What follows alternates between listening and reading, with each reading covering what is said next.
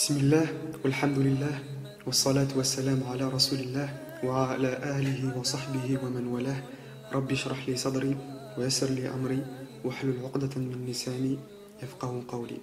Mes frères et sœurs, salam alaykum wa rahmatullahi wa barakatuh. Dans cet épisode, j'ai décidé de faire un petit rappel sur la notion de fraternité en islam. Parce que c'est une notion qui est vraiment oubliée dans notre communauté et qui est délaissée, alors que c'est une notion très très importante. Comme Allah l'a dit dans le Coran, et cramponnez-vous tous ensemble au câble d'Allah et ne soyez pas divisés. Et rappelez-vous le bienfait d'Allah sur vous, lorsque vous étiez ennemis. C'est lui qui réconcilia vos cœurs. Puis, par son bienfait, vous êtes devenus frères. Et alors que vous étiez au bord d'un abîme de feu, c'est lui qui vous en a sauvés. Ainsi, Allah vous montre ses signes afin que vous soyez bien guidés. Sourate 3, verset 103. Ce verset, il parle de la condition des Arabes en général, mais plus particulièrement de la condition des Ansar, les habitants de Médine. Les Ansar, ils étaient divisés en deux tribus. Ces deux tribus, elles se haïssaient, et elles trouvaient tous les problèmes possibles et inimaginables pour se désunir, se battre et même s'entretuer. Les problèmes qui les séparaient, ils dataient souvent de plusieurs centaines d'années, au point que les familles des tribus, elles se détestaient sans même savoir pourquoi. Puis, le prophète, alayhi salatu salam, il est arrivé et Allah subhanahu wa ta'ala il a réconcilié leur cœur. Concernant la seule chose sur la surface de cette terre qui a permis de réconcilier leur cœur, Allah subhanahu wa ta'ala il dit dans le Coran, c'est lui qui t'a soutenu par son secours. Donc c'est Allah qui a soutenu le prophète alayhi salatu salam par son secours, ainsi que par l'assistance des croyants. Il a uni leur cœur par la foi, même si tu avais dépensé tout ce qui est sur cette terre, tu n'aurais jamais pu unir leur cœur. Mais c'est Allah qui les a unis, car il est puissant et sage. Sourate 8, versets 62 et 63. Ce verset, mes frères et sœurs, mérite vraiment notre méditation. Le messager d'Allah, sallallahu alayhi wa sallam, c'était la personne qui avait le plus d'intelligence, le plus de sagesse, le plus de savoir, le plus de sincérité. C'était le meilleur des hommes, c'était le bien-aimé d'Allah. Mais malgré ça, il n'aurait jamais pu amener les gens à s'unir entre eux. Il n'aurait jamais pu amener les compagnons à s'unir entre eux. Si le prophète, alayhi salatu salam, il disposait de toutes les ressources que contient cette terre, il a tout l'argent, tout l'or, tous les diamants, le pétrole et tout ce que tu veux, et qu'il donnait aux gens en leur disant « Hey, soyez unis, tenez, tenez, soyez des frères, tenez, tenez », ça n'aurait jamais marché. Tout simplement parce que les gens sont différents de nature, de la manière dont ils ont été créés. L'arabe, il est différent de l'africain. Et l'Africain, il est différent de l'Indien. L'Indien, il est différent de l'Asiatique, qui est différent de l'Européen, etc. Si tu leur donnes tout l'or du monde, ils trouveront toujours des raisons pour se diviser. Pourtant, Allah subhanahu wa ta'ala, il a uni leur cœur. Pas le prophète, alayhi salam, mais Allah. C'est Allah qui a uni leur cœur. Et comment Allah, il a uni leur cœur? Avec le tawhid. Ces gens, ils ont commencé à adorer un seul Dieu. Ils ont commencé à faire des adorations comme la prière. Les gens, ils étaient alignés dans des rangs, ils étaient proches les uns des autres, peu importe leur couleur de peau ou leurs statuts sociaux. La zakat, certains étaient riches, d'autres étaient pauvres. Et les riches, ils délaissaient pas le droit des pauvres, et les pauvres, ils appréciaient ça, ce qui a renforcé encore plus leur lien. Ils jeûnaient tous le mois du Ramadan ensemble, ils faisaient le Hajj tous ensemble, dans les mêmes vêtements. Tout ça, ça a permis de les unir. Donc Allah subhanahu wa ta'ala, il a uni leur cœur avec quoi? Avec cette religion. On voit aussi, mes frères et sœurs, que Abu Bakr, Omar, Uthman, Ali, Abu Dar, ils étaient tous des compagnons qui étaient des Arabes de souche. Ils étaient les meilleurs Arabes et les plus purs de leur lignée, des Arabes à 100%. Quand ils ont embrassé cette religion, ils sont devenus frères avec des personnes qui étaient totalement différentes d'eux, comme Bilal ibn Rabah al-Habashi par exemple. C'est un Éthiopien, dont tout est différent des Arabes. Ses vêtements, ils sont différents. Sa nourriture, elle est différente. Sa culture, elle est différente. Pourtant, Bilal, il est bien devenu leur frère. Salman al-Farisi, le persan, qui est passé à travers des épreuves incroyables et dont l'histoire, elle est très touchante, subhanallah. Lui aussi, il est devenu leur frère. Suhaib al-Rumi, c'est un Romain, mes frères et sœurs. Il habitait à Rome.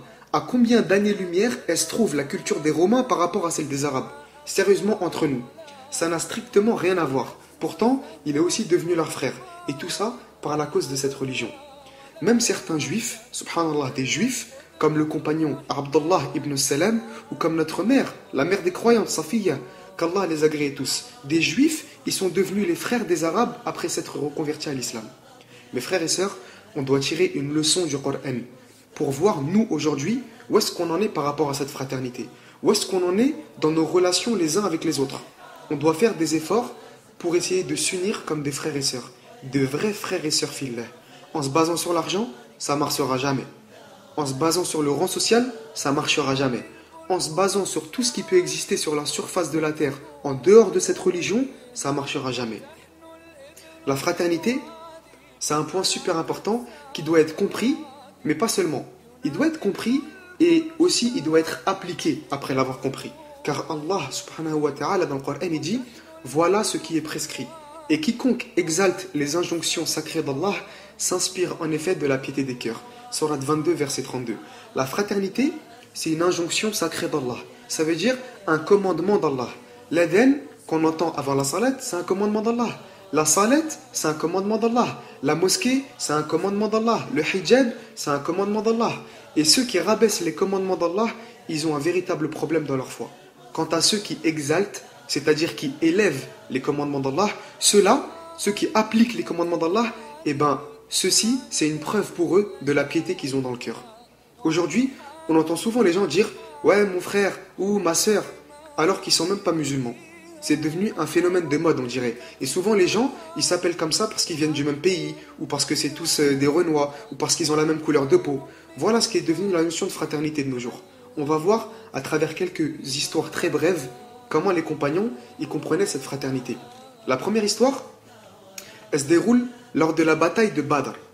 Abu Bakr, il était musulman, et son fils, Abdurrahman, c'était un mécréant. Ils se battaient les uns les autres, et à un moment, Abdurrahman, il a eu l'opportunité de tuer Abu Bakr. Il a vu son père, Abu Bakr, il était là, il pouvait le tuer. Mais il s'est tourné, et il s'est préoccupé sur une autre partie de la bataille.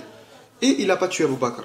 Après la bataille, et après que Abdurrahman il soit devenu musulman, il est parti voir Abu Bakr, son père, et il lui a dit « Oh père, le jour de la bataille de Badr, j'aurais pu te tuer. Mais je ne l'ai pas fait, car tu es mon père et je te respecte. » Et vous savez ce qu'Abu Bakr lui a répondu? Abu Bakr lui a dit « Si j'avais été à ta place, je t'aurais tué. Toi, mon fils. » Subhanallah. On a aussi l'histoire du compagnon Suhail. Son frère, il a été fait prisonnier lors de la bataille de Badr. Et à l'époque, les musulmans, ils étaient un petit peu pauvres, etc. Et donc, ils ont eu une idée, c'était capturer les prisonniers et de les vendre en demandant une rançon. Donc, ils voulaient récolter de l'argent en demandant une rançon pour le frère de Suhail. Et quand cet homme, qui était emprisonné, il a vu son frère Suhail, qui était musulman, passer devant lui, il était content. Il s'est dit, c'est bon, c'est mon frère, il va me sortir de là. Alors Suhail, il est arrivé devant son frère qui était prisonnier, il l'a regardé droit dans les yeux, comme un homme. Puis il a regardé les musulmans et il a souri. Ensuite, il a dit, ligotez-le bien, car sa mère a beaucoup d'argent. Subhanallah. On voit que les compagnons, eux, ils avaient bien compris ce que c'était la fraternité. Ils avaient compris et mis en pratique le verset d'Allah, où Allah il dit, si vos pères, vos enfants, vos frères, vos épouses, vos clans, les biens que vous gagnez, le négoce dont vous craignez le déclin, et les demeures qui vous sont agréables, vous sont plus chers qu'Allah, tout ça, c'est plus cher qu'Allah, son messager, et la lutte dans le sentier d'Allah, alors qu'est-ce qui se passe? Alors attendez-vous qu'Allah fasse venir son ordre. Et Allah ne guide pas les gens pervers. Sourate 9, verset 24. Abu Bakr et les compagnons, ils avaient compris ça. Et les exemples, ils sont super nombreux. La fraternité, c'est donc une chose super importante. Et cette fraternité, elle contient certaines règles de jurisprudence que j'aimerais partager rapidement avec vous.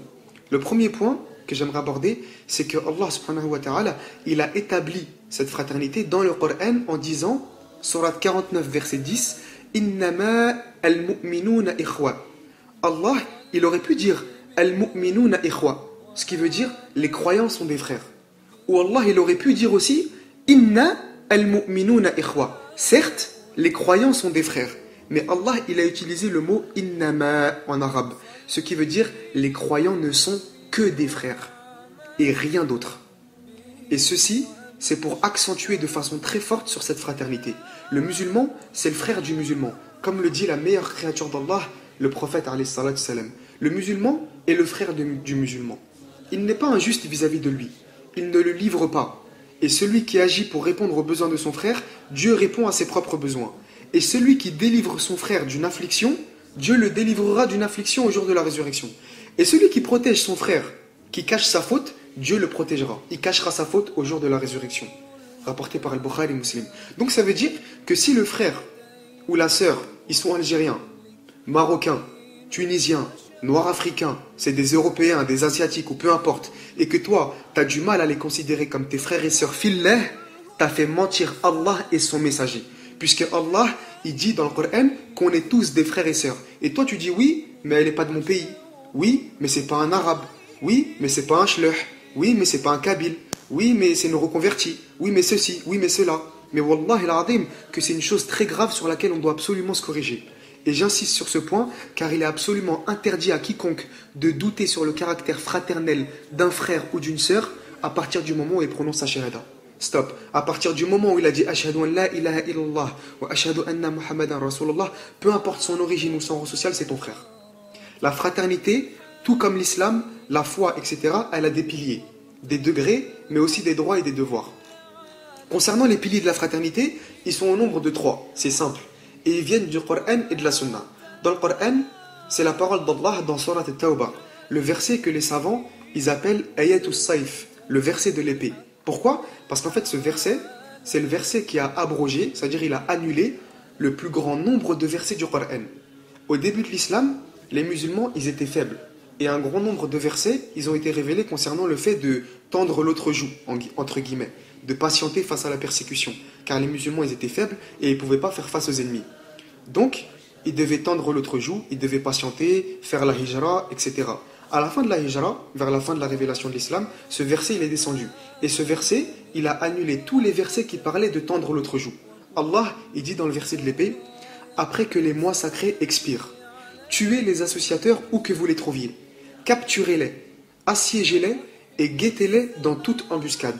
Si ensuite ils se repentent, accomplissent la salette et acquittent la zakat, alors laissez-leur la voie libre. Car Allah est pardonneur et miséricordieux. » Surat 9, verset 5.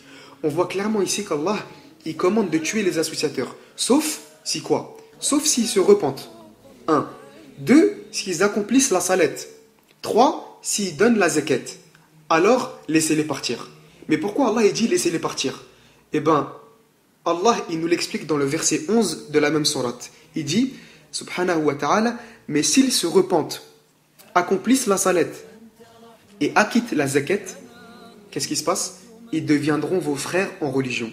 Nous exposons intelligiblement les versets pour des gens qui savent. Allahu Akbar. Allah, il a établi la fraternité en islam avec ces 3 piliers. Premièrement, il a dit le repentir. Le repentir, c'est simple. Si c'est un kafir, un mécréant, qui se repent et accepte l'islam, alors c'est ton frère. Peu importe si tu es des musulmans avant, si c'est le président d'Israël ou ce que tu veux. Et comme exemple, on a l'histoire de Hamza, qui a été tué par Wahshi. Wahshi, c'était un mécréant. Il a tué Hamza, c'était un compagnon, l'oncle du prophète, alayhi salatu salam. Ensuite, Wahshi, celui qui a tué Hamza, il s'est reconverti à l'islam. Et là, ça me fait rappeler un hadith, le hadith du prophète alayhi salatu salam, qui dit dans le sens, Allah subhanahu wa ta'ala, il sourit à 2 hommes. C'est qui ces 2 hommes? Ces deux hommes qui se battent en duel, un musulman et un mécréant. Le mécréant, il tue le musulman. Le musulman, il meurt martyr, il va au paradis. Et ensuite, le mécréant, il se reconvertit à l'islam. Puis, à la fin de sa vie, il meurt et lui aussi il va au paradis. Ces 2 hommes, ils vont au paradis. Donc on voit ici une situation qui est un petit peu ironique. Et c'est pour ça que Allah subhanahu wa ta'ala, il sourit à 2 types d'hommes, c'est ces hommes-là. Et c'est ce qui est arrivé à Hamza et Wahshi. Donc, ça c'était si c'est un mécréant, si c'est un kafir. Si c'est déjà un musulman, par exemple, il te vole de l'argent, il divorce ta fille, ou il te fait quelque chose de mal et ensuite il se repent, et il se sent vraiment mal de ce qu'il a fait. Puis, il vient te voir et il s'excuse. Alors tu dois l'embrasser comme ton frère et lui pardonner. Car le prophète alayhi salatu salam a déclaré, il n'est pas licite. C'est-à-dire c'est interdit pour un musulman de s'écarter de son frère au-delà de 3 jours. Tu n'as pas le droit de ne pas calculer ton frère plus de 3 jours. C'est interdit. Deuxièmement, on a la salette. Le deuxième pilier, c'est la salette. La salette, c'est assez clair. Le prophète, alayhi salatu salam, dans plusieurs hadiths, il dit, par exemple, entre l'homme et la mécréance, il y a l'abandon de la prière. Et dans d'autres hadiths, il dit, alayhi salatu salam, la différence entre eux et nous, les mécréants, et nous les musulmans, c'est la prière. Et dans Sahih Muslim, etc., on peut retrouver ces hadiths. On voit aussi que la salat, c'est un pilier de la fraternité. C'est-à-dire que sans la salat, il n'y a pas de fraternité.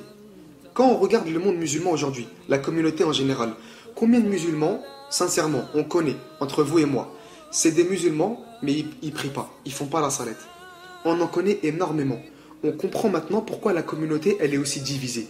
Comment voulez-vous qu'on soit unis entre nous si les gens, ils font pas la prière? La prière, c'est la relation entre la personne et Allah. C'est le lien entre la personne et Allah. On a vu dans le Coran que c'est Allah qui unit les cœurs. Comment Allah, il va unir nos cœurs si on le délaisse, subhanahu wa ta'ala. Qu'Allah fasse que chaque personne qui écoutera ces paroles prenne la décision dans son cœur de commencer la salat si elle ne prie pas. Amin. Troisièmement, le troisième pilier, c'est la zakat. Et pour la zakat, Abdallah ibn Omar, le compagnon du prophète, il dit dans Sahih Bukhari et Muslim, il dit qu'il a entendu le prophète dire: on m'a ordonné de combattre les gens jusqu'à ce qu'ils croient en La ilaha illallah Muhammadan Rasulallah, jusqu'à ce qu'ils fassent la salat, deuxièmement, et troisièmement, et payent la zakat. Si les gens font ces trois choses, alors je n'ai aucun droit sur leur sang et leur argent, excepté en ce qui concerne les droits de l'islam, et leur compte appartient à Allah. Donc c'est-à-dire que là, on voit que le prophète, il parle de trois choses. Un, c'est la shahada. Deux, la salat. Trois, la zakat. Et on a un exemple, à l'époque où Abu Bakr, il était calife. Il y avait des gens dans le désert, et ces gens-là, ils croyaient en Allah et son messager. Ils disaient La ilaha illallah Muhammad Rasulullah. Ils faisaient la salat, ils faisaient le jeûne, Ramadan, tout ce que tu veux. Ils croyaient en la zakat, ils croyaient qu'il fallait donner la zakat, ils croyaient en ça, mais ils ne la donnaient pas. Ils disaient, nous, on ne donne pas notre argent c'est pour nous, on le garde. Alors qu'est-ce qui s'est passé? Abu Bakr radiallahu anhu, il leur a déclaré la guerre. Comme si c'était des mécréants. Il leur a déclaré la guerre comme si ce n'était pas ses frères. Normal. Donc, on voit bien que les trois piliers de la fraternité, c'est 1. Le repentir, 2. La salat, 3. La zakat. Ensuite, dans la fraternité, il y a des degrés. Il y a 3 degrés. Le degré le plus bas de la fraternité, c'est simple. C'est le fait de ne pas déranger ton frère, ne pas lui faire de mal, ne pas le blesser, l'insulter, mentir sur lui, médire sur lui, le calomnier, le rejeter par racisme, etc. Ça, c'est le plus bas degré. Tu me déranges pas, je te dérange pas. Allah, il dit dans Surat al-Buruj, Innal ladhina fatanu al-mu'minina wal-mu'minati thumma lam yatubu falahum 'adhabu jahannama wa lahum 'adhabu al-hariq. Ceux qui font subir des épreuves aux croyants et aux croyantes, puis ne se repentent pas, ils font pas de repentir, ceux-là auront le châtiment de l'enfer et le supplice du feu. Subhanallah. Donc ça, c'est le premier degré. C'est tu me déranges pas, je te dérange pas. Le deuxième degré de la fraternité, c'est aimer pour ton frère ce que tu aimes pour toi-même. Selon la parole du prophète, aucun de vous n'est parfaitement croyant tant qu'il n'aimera pas pour son frère ce qu'il aime pour lui-même. Rapporté par Bukhari et Muslim. Ça, c'est le deuxième degré. Il faut aimer pour ton frère ce que tu aimes pour toi-même. Et déjà, si la plupart des musulmans ils appliquaient ce deuxième degré, Wallah al-Azim, ça résoudrait un grand nombre de problèmes dans notre communauté. Le troisième et dernier degré, c'est le best. Celui-là, c'est quoi? C'est préférer ton frère à ta propre personne. Par exemple, tu as un verre d'eau. Voilà, on t'a servi un verre d'eau. C'est ton haq. Tu peux le boire. C'est ton haq, c'est ton verre d'eau. Mais tu préfères le donner à ton frère qui est à côté de toi. Malgré que ce que tu as, ce verre d'eau-là, c'est ton haq. Mais tu préfères quand même le donner à ton frère. Parce que tu préfères ton frère à ta propre personne. Et pour citer un meilleur exemple que ça, on a l'exemple des Ansar, les habitants de Médine, et des Muhajiroun, ceux qui ont quitté la Mecque pour aller vers Médine, ceux qui ont fait Hijra. Quand ils ont donné les Ansar, ils ont donné la moitié de leur argent. Il y en a certains, ils ont répudié des femmes pour que les Muhajiroun, les habitants de la Mecque, ils puissent les épouser, etc. Ça, c'est un exemple de ce troisième degré. Pour exemple, il y avait Abdurrahman ibn Auf, le compagnon du prophète, il est arrivé à Médine lors de la Hijra. Il était super riche. Et quand je dis riche, c'est pas genre 100 000 euros, 200 000 euros. C'était riche à l'époque, c'était comme si aujourd'hui tu es riche, genre Bill Gates. Il était très riche.